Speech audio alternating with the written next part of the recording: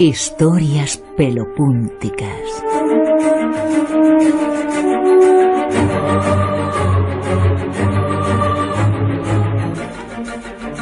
Jesús Callejo, muy buenas. ¿Qué tal, Bruno? ¿Qué tal, Silvia? Buenas noches. Muy buenas noches. Hoy vamos a hablar del mundo de los críptidos. Fíjate. Un asunto ya veterano. Sí, clásico. Clásico y que a los oyentes les encanta, tú lo sabes, ¿no? Sí, la verdad que a lo mejor esto de críptidos le suena raro al principio. Si decimos criptozoología, Sí, ¿verdad? yo creo que ya... Pero los críptidos son los bichejos que forman parte del mundo de la criptozoología. Exactamente. Y como el mundo de la criptozoología es muy amplio, es muy variado, y muchos de ellos ya los hemos comentado aquí, incluso en las tertulias, donde hemos hablado, como no, del monstruo del lago Ness, o del Yeti, o del chupacabras, o del Bigfoot, pie grande, incluso algunos raros como la rana de Loveland, o el demonio de Dover, o el demonio de Jersey. Bueno, pues de esos no vamos a hablar. Vaya. Pero sí vamos a hacer una selección de otros 5 raros. Los más extraños. Podría haber más, ¿no? Porque dentro de estas listas improvisadas siempre es al criterio subjetivo de uno, en este caso de un servidor, pero he seleccionado 5 muy variados que estarían entre la leyenda, entre el mito, entre la ufología, entre la zoología, es decir, estamos abarcando un terreno... No serían críptidos de esos que podemos decir, tipo los almas de Rusia, ¿no? Que No. seguramente es una especie viva, como otros muchos críptidos, una especie viva que todavía no se ha descubierto en forma fehaciente, no hay suficientes pruebas, pero que formaría parte del reino zoológico. Aquí estamos hablando de algo un poco distinto. Sí. Hay como dos grandes ramas de críptidos. Exacto, ¿no? porque formaría parte, por un lado, del reino zoológico, pero también del reino supersticioso. Porque estamos hablando de animales, un poco os acordáis del Wendigo, cuando decíamos que tenía como esas dos vertientes ambivalentes, por una parte como animal, pero otra parte como espíritu. Es decir, como algo tangible por una parte y por otra parte como algo intangible dentro del mundo de los invisibles. Bueno, pues aquí ocurre algo parecido con estos 5 que hemos seleccionado, para no hacer muy larga la lista y también porque el tiempo lo demanda. Así que, bueno, pues son, yo creo que ejemplos muy monstruosos, muy crípticos en cada uno de ellos y que nos sirven como muestra pues de botones muy significativos dentro de la otro aspecto de la criptozoología, que ya digo que raya mucho con la leyenda, con la superstición y en algunos casos pues con ciertos fanatismos que se generan alrededor de estas criaturas. ¿Y son malutos estos críptidos? Sí, casi siempre son malutos. Lo que pasa es que son malutos si te encuentras con ellos, si no te encuentras, no. El primero que vamos a analizar, además de maluto, pues te puede dar algún que otro serio disgusto, ¿no? Vaya. Porque si queréis empezamos con el primero, que es muy extraño, además incluso que el nombre, te invito a ti, Silvia, que lo digas porque tiene su, tiene su gracia. No sé, se van a pensar que estoy cantando una canción. Popo Bagua. Exactamente, no es el coco guagua, sino el popo bagua, que sería y eso algo que así. Enrique podía formar parte perfectamente De los críptidos. Sería como un crítico escapado de la evolución. Bueno, pues en este caso es el popo guagua, que más que hacer cantar, hace chillar a la gente. Claro. Bueno, entonces... ¿Por qué? Sí, también diría Bruno, bueno, el otro Tiene también. relación. ¿Por qué? Porque estaríamos hablando de un murciélago cíclope, es decir, un murciélago con un solo ojo, que yo creo que ya de por sí da bastante miedo, además no un murciélago pequeñito, sino un murciélago más bien grande. Si ya los murciélagos es un poquito de grima, pues imagínate con un Pues solo ojo. imagínate, esto es una especie de ser que la apariencia, por lo menos así lo definen los testigos, es de murciélago. ¿En qué zona se da? Bueno, nos tenemos que ir a África, en concreto a Tanzania, y en distintas localidades de Tanzania se la ha visto en épocas muy concretas. Y los primeros avistamientos son del año 1995, a pesar de que los últimos que yo tengo registrados son de febrero del 2007. A veces dicen los más malpensantes que tienen que ver con las elecciones. Cuando hay elecciones en Tanzania, mira tú por dónde aparece el murciélago cíclope haciendo el popo guagua en algunas de las casas. ¿Y qué es lo que hace este bicharraco? Bueno, pues popo guagua sería un nombre genérico que se da a un espíritu malvado o setani africano que sobre todo se le ha visto actuar en la isla Pemba, en la costa de Tanzania, y también en Zanzíbar, así como en la capital de Tanzania, en Dar es Salaam. ¿Qué es lo que hace? Ya digo, muy llamativo, porque popo guagua, que es una palabra suajili que se traduce algo así como ala de murciélago, ya nos está dando idea de que puede ser un murciélago, pero puede ser otras cosas. Está claro que no hablamos de un murciélago convencional, tampoco chupa sangre, sino que este cambia formas, se podría decir, porque no solo aparenta la de murciélago, sino también a veces se le puede ver con otra fisonomía y que actúa tanto de noche como de día, sobre todo de noche, pero tiene costumbres sexuales. Ahí va. Sí, se podría decir que es un murciélago cíclope y porculero. ¿Por qué lo digo? Porque ataca a hombres, a mujeres, a niños, y sobre todo cuando ataca a hombres, a mujeres, no sé por qué, tiene una cierta tendencia u obsesión que es a sodomizar. Con lo cual entramos aquí en un terreno llamativo. Por eso decía un poco lo de las supersticiones, un poco que tiene que ver con ciertas costumbres, incluso locales, que este tipo de espíritus, que es un poco lo que pasa con los incubos y los sucubos medievales. Claro. En el fondo también tenían unas tendencias lascivas y sexuales, pues en fin, que hay que dar recogidos en determinados procesos inquisitoriales. Bueno, pues este es uno de estos bichos actuales, que sobre todo actúan en Tanzania, pero que tienen esta costumbre, es decir, algunos hombres, de hecho, para no ser víctimas del murciélago cíclope, se mantienen despiertos toda la noche, hacen como turnos, y algunos de ellos duermen fuera de sus casas, incluso untan su cuerpo con aceite de cerdo, porque se han dado cuenta que ese aceite de cerdo, debe ser por el olor, repele a estos bichos, a estos ataques sexuales. El que quiere tener un ataque sexual, desde luego, no se da el aceite de cerdo, claro. Porque de todo hay en la viña del Señor. Aquí hay que tener cuidado con la picardía de alguno que diga, no, si ha Dice, sido no, el popo ha sido el popo agua, y levanta las manos, como, yo no he sido.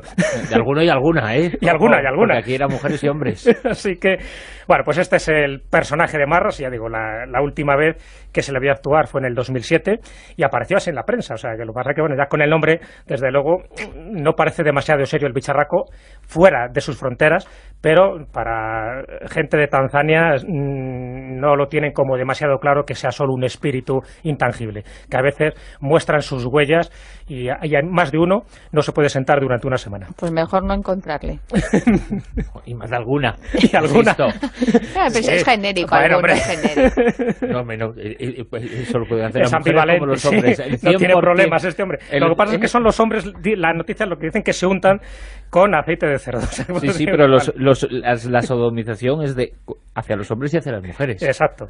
Sí, no hay una encuesta. La sodomización, el 100% de la población puede ser víctima o afortunado. El popomagua le gusta todo. Le gusta todo. No hay una estadística de qué preferencias tiene, pero bueno, ahí está nuestro primer personaje que, como veis, bueno, pues estaría dentro de esa formación zoológica extraña, que a lo mejor puede ser también, pues ni más ni menos que algún ser humano que quiera, pues aparentar la figura de este monstruo para hacer de las suyas. Pero Y el bueno. gusano de la muerte es el segundo de los El segundo, nos tres. vamos al segundo, el gusano de la muerte. Aquí nos vamos de un murciélago a un gusano, el Olgoi corcoi, como así se le llama.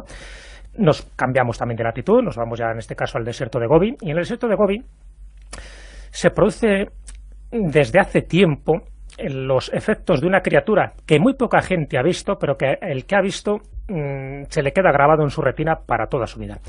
Para que los oyentes tengan una visión muy clara, hay dos películas donde se habla de gusanos parecidos, no del gusano de la muerte. Una puede ser Dune. Claro, exactamente. Ese Dune, ¿no?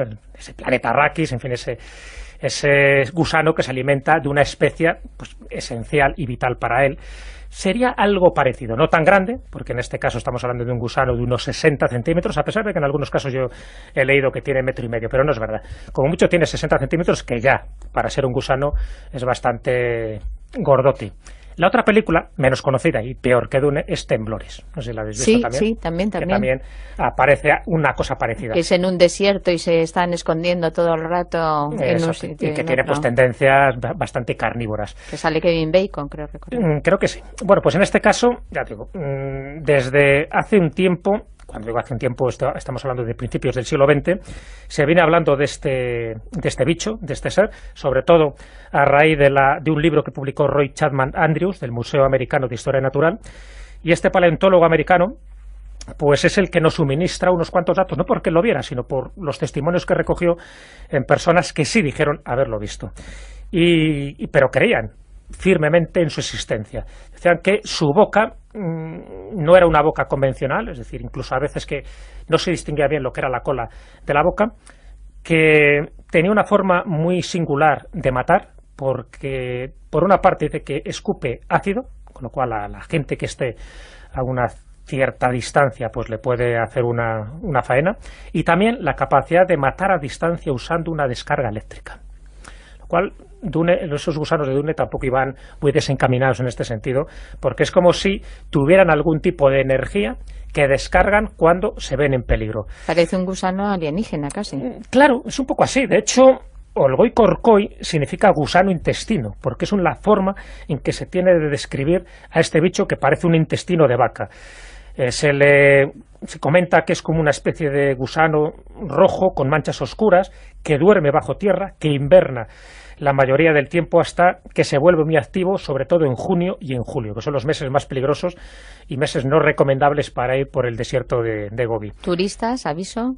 Turistas que se lleven la cantimplora, por supuesto, que estamos hablando de uno de los desiertos más difíciles, pero sí que le gusta estar en superficies húmedas, es decir, que cuando llueve o cuando el suelo está húmedo es cuando más posibilidades hay que este bicho salga. Uno de los últimos testimonios son los que recoge Iván Markeller, que es un explorador que en el año 1990 va al desierto de Gobi, entre otras cosas, pues para investigar testimonios directos de este bicho. Recoge testimonios y dos de las cosas que recoge, es decir, algún dato más que se aportan, es que se desplaza de una manera muy extraña, es decir, por una parte o rueda o bien arquea el cuerpo y de esa forma se va desplazando, como una serpiente pero todavía mucho más contorsionista. Y por otra parte, que le interesa mucho, según se recoge en testimonios folclóricos locales, le interesan mucho los objetos de color amarillo, le atraen demasiado. Entonces, bueno, pues ya tenemos otra pista más para no encontrarnos, que por otra parte no se hace mucho el encontradizo, es decir, se la ha visto muy pocas veces. Dice incluso una leyenda que el mismo rey de Mongolia a principios del siglo XX, bueno, el emperador, un poco el emperador que por entonces regía los designios de Mongolia, decía que la había visto y que se había horrorizado de esa presencia y de este gusano de casi 1 metro de longitud, y sobre todo por eso, por la forma en que se desplazaba y por una especie como de, no son dientes, una especie de filamentos cuando abría la boca para engullir a las presas. En fin, por eso digo que su recuerdo no suele ser muy grato en aquellas personas que han tenido el desafortunado encuentro con ellos, que no han sido demasiados. El tercero de los bichos que analizamos, además de un tamaño también bien considerable, el mapinguari. Este sí. O sea, Sudamérica, el Amazonas. Este suena un poquito más. Sí, el mapinguari alguna vez lo hemos comentado. Yo, en concreto, pues creo que he hecho referencia a él en alguna que otra cosa, en alguna que otra ocasión, y sobre todo cuando hablamos de esos críptidos que estarían ocultos en alguna zona selvática donde no se ha explorado todavía lo conveniente. De hecho, estamos hablando de zonas muy del Amazonas, que tan pronto se la ha visto en zonas de Brasil, también de Ecuador, en algunos casos se habla también de Colombia, en fin, pero siempre en zonas muy boscosas. Hay veces que es verdad que puede cambiar el nombre, es decir, hay veces que lo confunde el mapinguari, pero puede ser cualquier otro críptido. Pero bueno, el mapinguari como características físicas sería algo muy parecido a un oso perezoso gigante. Es decir, es como si algún Megatherius hubiera escapado también de su línea evolutiva, de su extinción, y hubiera pervivido en el tiempo. Entonces, bueno, además de esas características físicas muy parecidas a un oso perezoso, sobre todo cuando se yergue sobre sus 2 patas traseras, tiene características sobrenaturales que se relacionan con otros seres fantásticos de la mitología brasileña. Por ejemplo, se le describe con unas garras muy grandes, con una piel de caimán, con unos pies al revés, muy llamativo este dato, y con una segunda boca en el vientre. Esto de la segunda boca en el vientre no es que tenga otra boca, pero parece que tiene una especie de glándula odorífera que emite tal olor que las personas o los animales que están a su alrededor es como si tuvieran una bofeta pero multiplicado por 10. Casi caen desmayados del hedor tan insoportable que llega a emanar el mapinguari. Pero tiene una debilidad, no todo es aspectos monstruosos, tampoco le gusta mucho la carne humana, o sea que normalmente al humano no le interesa para nada. Tiene una debilidad que es el agua, es decir, en aquellos lugares donde hay agua, donde hay un estanque, donde hay un lago, pues no suele estar. Tampoco es una criatura carnívora, pero si hay alguien que él encuentra como una presa para él o incluso que corre peligro para su integridad, el mapinguari no tendría ningún tipo de duda en atacarle. Así que lo de los pies vueltos al revés, digo que es algo muy curioso, que se da en otro tipo de criaturas. Por ejemplo, el curupira brasileño también, bueno, adolece de una anomalía parecida. El ajul de la isla de Java también, que es una especie de gigantesco murciélago con rostro simiesco. Por otra parte, el magmata, que son entidades demoníacas hindúes que nacen del humo del estiércol también se caracterizan por tener unos pies al revés. Bueno, los pies al revés además tienen unas funciones muy claras para la huida, porque si tú persigues a un mapinguari y ves que tienen huellas en la dirección contraria a la persecución, pues también puede despistar a cualquier explorador. Así que bueno, como ves, es un personaje bastante curiosillo el mapinguari. El siguiente que analizamos es el bloop. El bloop, aquí no estamos hablando de un bicho como tal, sino de un sonido al cual se le han atribuido pues distintas fisonomías. ¿Por qué? Porque hablamos de un sonido extremadamente poderoso y de muy baja frecuencia, estamos hablando de menos de 100 hercios, que se detectó por la Administración Nacional Oceánica y Atmosférica de los Estados Unidos en el año 1997. Y se detectó en una zona muy concreta. Las coordenadas son 50 grados al sur y 100 grados al oeste.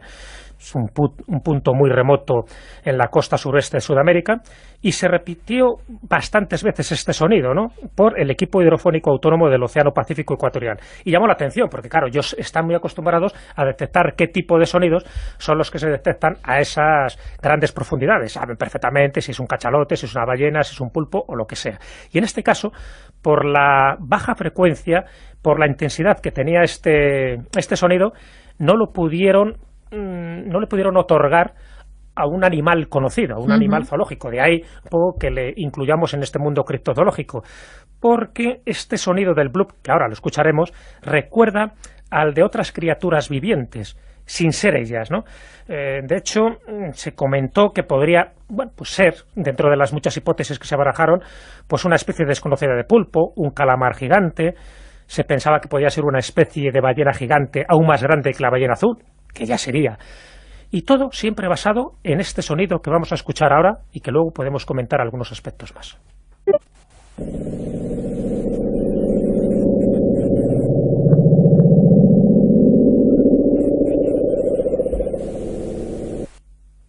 El propio nombre. Al principio, sobre todo, es esto que hace blup. Claro. Y luego ese sonido, ya te digo, de muy baja frecuencia, que sí, parece como que se mueve, ¿no? Como que se mueve, sí, está claro que es un sonido de algún ser, de algún animal. Se piensa que puede ser un animal, puede ser incluso alguna otra cosa.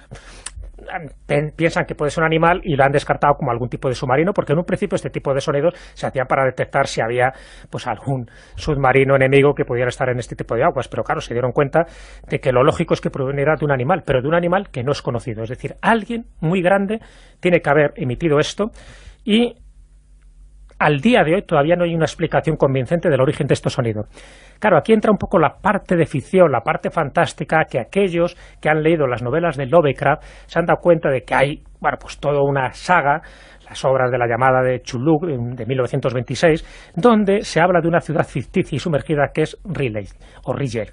Rilleg tiene una característica, es donde dice que vive una serie de deidades lovecraftianas que se comunican entre ellos por unos sonidos de frecuencias ultra bajas, muy parecidas a esta que hemos escuchado. Y además, el lugar donde se sitúa esta ciudad de Rilleg, las coordenadas que da Lovecraft son 50 grados al sur, vamos, las que dimos antes eran 50 grados al sur y 100 grados al oeste. Bueno, pues las que da para esta ciudad Lovecraft son 47, casi 48 grados al sur y 123 al oeste. Es decir, muy parecidas a la ubicación del origen de este sonido en las profundidades del Océano Pacífico. Entonces llama mucho la atención. Si queréis, volvemos a escuchar de nuevo el bloop antes de pasar a la siguiente criatura.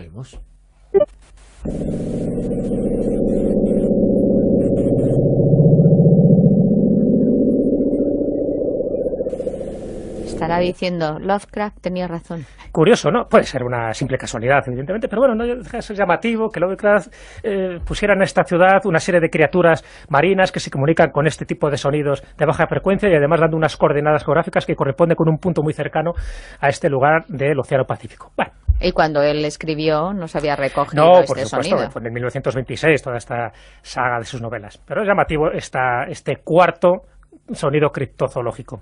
Pues no sé si los oyentes han sentido lo mismo que nosotros, pero un sonido se ha colado como una especie de lamento. Sí. Pues, de mujer, además. Ese no estaba previsto. Pero bueno, ya sabes que pasan siempre cosas raras cuando se hablan de estas criaturas. Nos hemos quedado Bruno y yo mirando. Sí, porque yo pensaba que se estaba colando un corte. Digo, será el murciélago ese. Será el popogagua. El popogagua. Yo recuerdo perfectamente, no recuerdo en el año 1952, pero sí cuando comencé a leer cosas sobre estos temas, una aparición que se mencionaba sobre todo en los libros de ufología. Sí, es verdad, ¿no?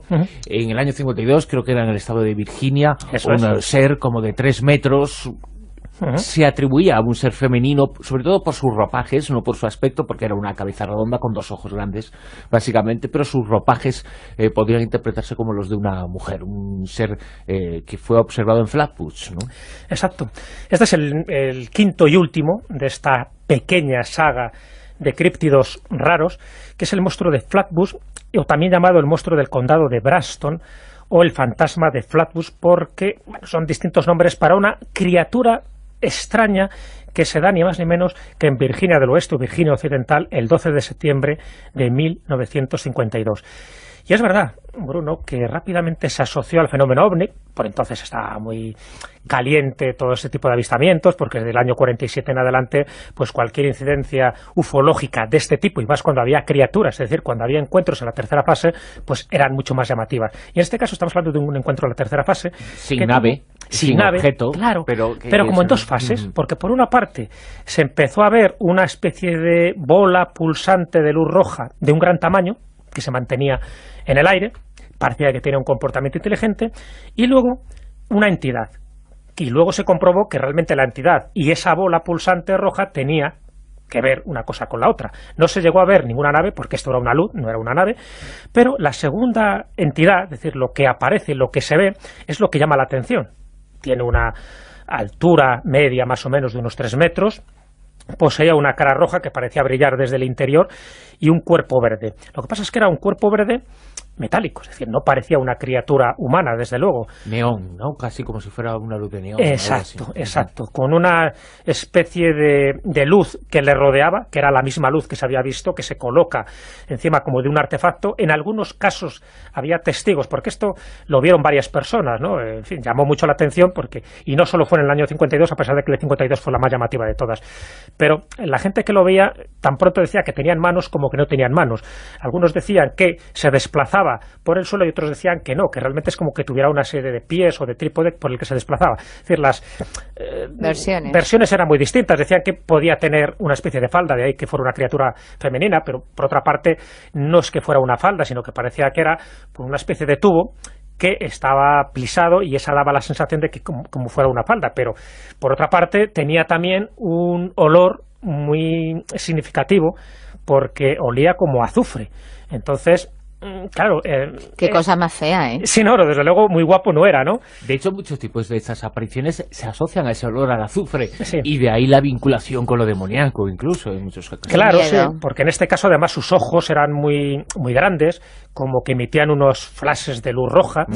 Rojo, fíjate, como la sangre, creo recordar, de los testimonios. Pero fíjate de un caso, ¿dónde se da? ¿En qué estado de Norteamérica? En Virginia Occidental. ¿Qué es lo que ocurre en Virginia Occidental en el año 1966? El Mothman. Que no se parece.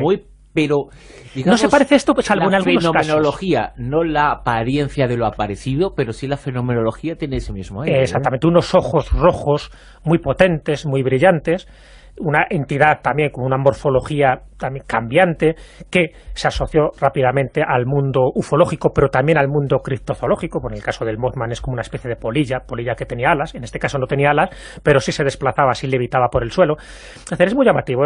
Realmente el monstruo de Flatbush es para analizarle largo y tendido, porque pudo haber sido también una broma monumental en aquella época, o pudo ser ni más ni menos que o bien un animal que no se supo catalogar bien, o sencillamente una criatura llegada a saber dónde, y que luego generó pues muchísimas leyendas urbanas, hasta el punto que en el 2004, por ejemplo, en la localidad mexicana de Guadalupe, en el estado de Nuevo León, un periodista vio algo que rápidamente lo asoció a el monstruo de Flatbush, y se empezó a llamar aquello que vio pues la bruja de Guadalupe, o la bruja de Samaniego, porque realmente el que lo ve se apellida Samaniego, y se le empieza a describir con unas características muy parecidas al monstruo de Flatbush. Yo he visto las 2 imágenes y desde luego no se parecen nada, pero para que veas cómo quedó grabado en el inconsciente colectivo de muchas personas, que luego criaturas más o menos parecidas la asocian directamente al monstruo de Flatbush, a pesar de que aquí en España nunca ha sido muy conocido. Bueno, yo creo que ahora es cuando más repercusión le estamos dando. Bueno, pues los 5 críptidos, más extraños, más raros, en esta lista con la selección que tiene el copyright de Jesús Gallego. Muy bien. Jesús, un pues placer, como siempre. Nos vamos con el blup blup. Vamos. Y con el polculero este, por si acaso. Y a cierta distancia. Me voy pelo puntica. Yo creo que ejemplos muy monstruosos, muy crípticos en cada uno de ellos, y que nos sirven como muestra pues de botones muy significativos dentro de la otro aspecto de la criptozoología, que ya digo que raya mucho con la leyenda, con la superstición y en algunos casos pues con ciertos fanatismos que se generan alrededor de estas criaturas. ¿Y son malutos estos críptidos? Sí, casi siempre son malutos. Lo que pasa es que son malutos si te encuentras con ellos, si no te encuentras, no. El primero que vamos a analizar, además de maluto, pues te puede dar algún que otro serio disgusto. Pero los críptidos son los bichejos que forman parte del mundo de la criptozoología. Exactamente. Y como el mundo de la criptozoología es muy amplio, es muy variado, y muchos de ellos ya los hemos comentado aquí, incluso en las tertulias, donde hemos hablado, como no, del monstruo del lago Ness, o del Yeti, o del chupacabras, o del Bigfoot, Pie Grande, incluso algunos raros como la rana de Loveland, o el demonio de Dover, o el demonio de Jersey. Bueno, pues de esos no vamos a hablar. Vaya. Pero sí vamos a hacer una selección de otros 5 raros. Los más extraños. Podría haber más, ¿no? Porque dentro de estas historias pelopúnticas.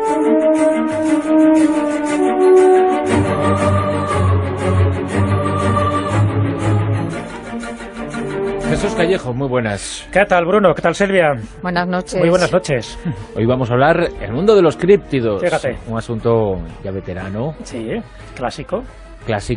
Y que a los oyentes les encanta, tú lo sabes, ¿no? Sí, la verdad que a lo mejor esto de críptidos le suena raro al principio. Si decimos criptozoología, sí, ¿verdad? Yo creo que ya listas improvisadas siempre es al criterio subjetivo de uno, en este caso de un servidor, pero he seleccionado 5 muy variados que estarían entre la leyenda, entre el mito, entre la ufología, entre la zoología, es decir, estamos abarcando un terreno... No serían críptidos de esos que podemos decir, tipo los almas de Rusia, ¿no? Que no. Seguramente es una especie viva, como otros muchos críptidos, una especie viva que todavía no se ha descubierto en forma fehaciente, no hay suficientes pruebas, pero que formaría parte del reino zoológico. Aquí estamos hablando de algo un poco distinto. Sí. Hay como dos grandes ramas de críptidos. Exacto, ¿no? porque formaría parte, por un lado, del reino zoológico, pero también del reino supersticioso. Porque estamos hablando de animales, un poco os acordáis del Wendigo, cuando decíamos que tenía como esas dos vertientes ambivalentes, por una parte como animal, pero otra parte como espíritu. Es decir, como algo tangible por una parte y por otra parte como algo intangible dentro del mundo de los invisibles. Bueno, pues aquí ocurre algo parecido con estos 5 que hemos seleccionado, para no hacer muy larga la lista y también porque el tiempo lo demanda. Así que, bueno, pues